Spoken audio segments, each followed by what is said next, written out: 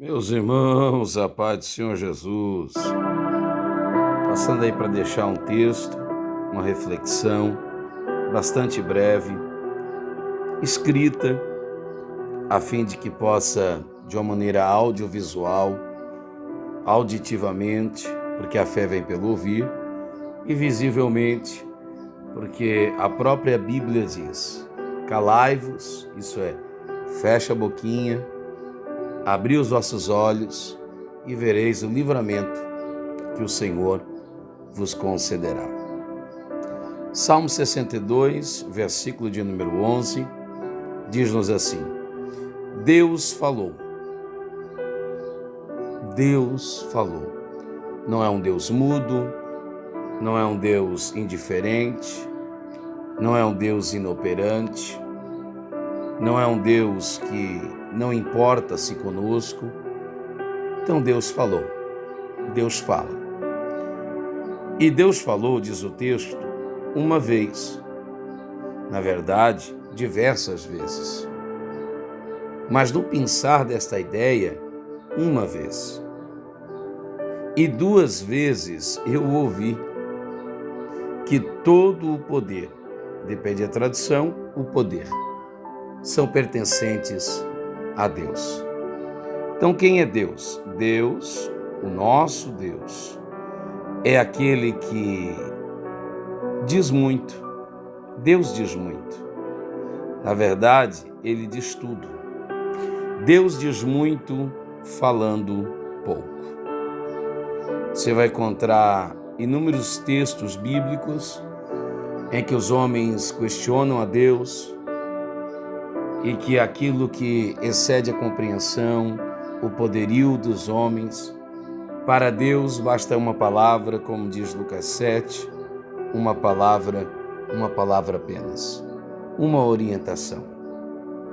Nós falamos muito e às vezes dizemos pouco ou às vezes não dizemos nada. E esse muito falar acaba banalizando a fala. O conteúdo da mensagem acaba sendo banalizado, ignorado, subestimado, justamente pelo excesso da mesma. Que pregador era Jesus que dizia: a ninguém digais. Aí o texto diz: quanto mais ele dizia para que não dissessem, mais eles diziam.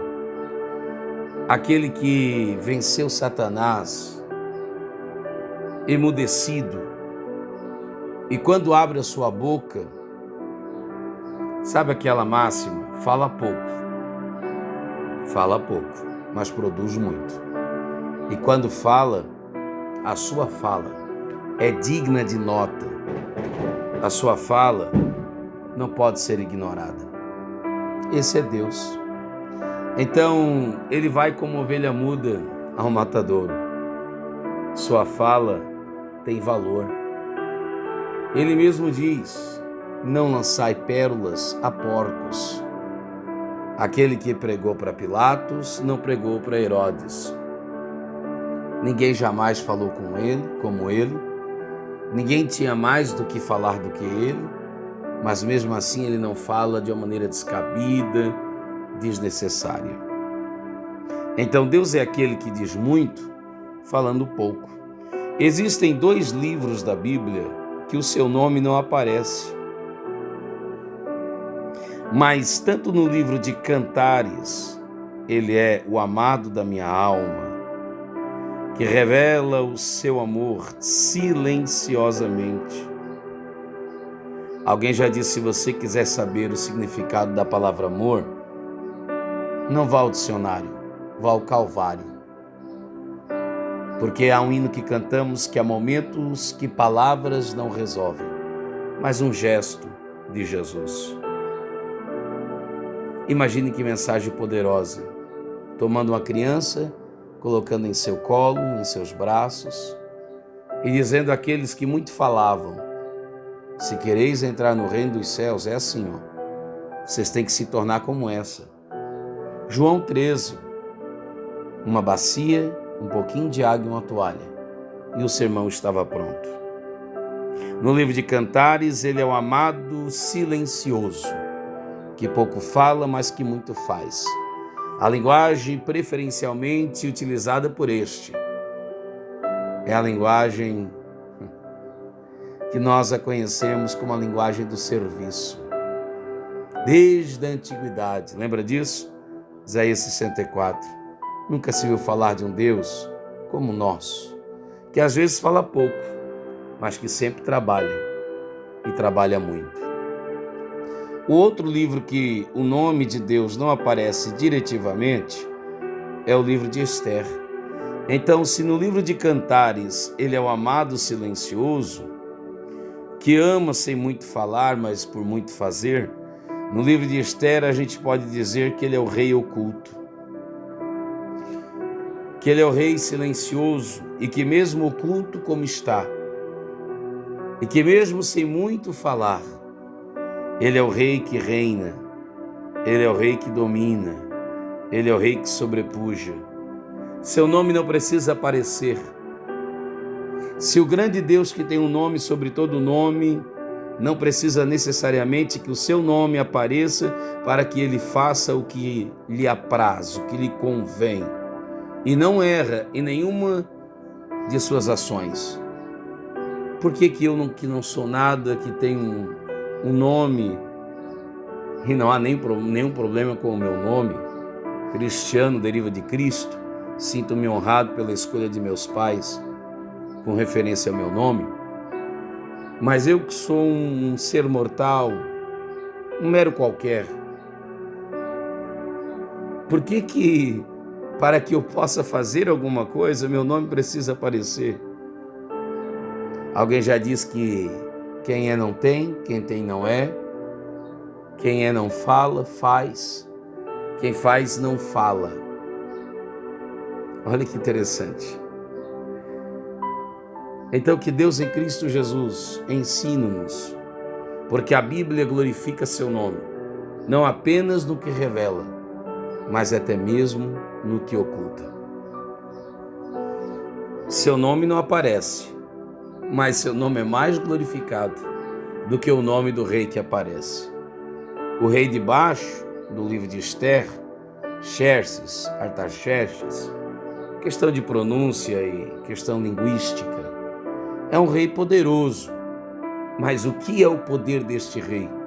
Diante do Rei dos Reis, o Todo-Poderoso. Por isso que uma coisa disse Deus e que 2 vezes eu ouvi. Ele é aquele que basta uma palavra apenas, como diz Lucas 7. Ele é aquele que ama-nos, ainda que muitas vezes silenciosamente.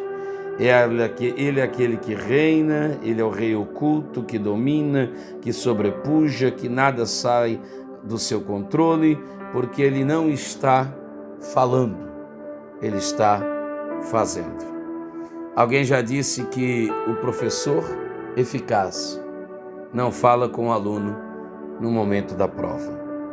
Se você ler o livro de Jó, por exemplo, o livro da Teodiceia, o livro do patriarca Jó, você vai encontrar algumas coisas interessantes.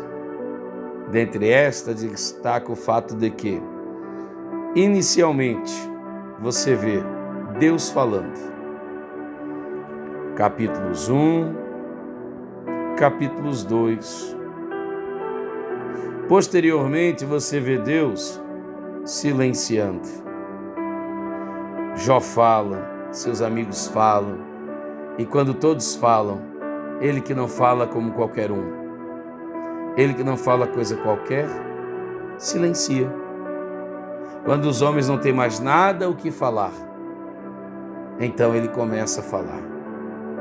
A verdade é que horas ele fala sem agir, horas ele age sem falar.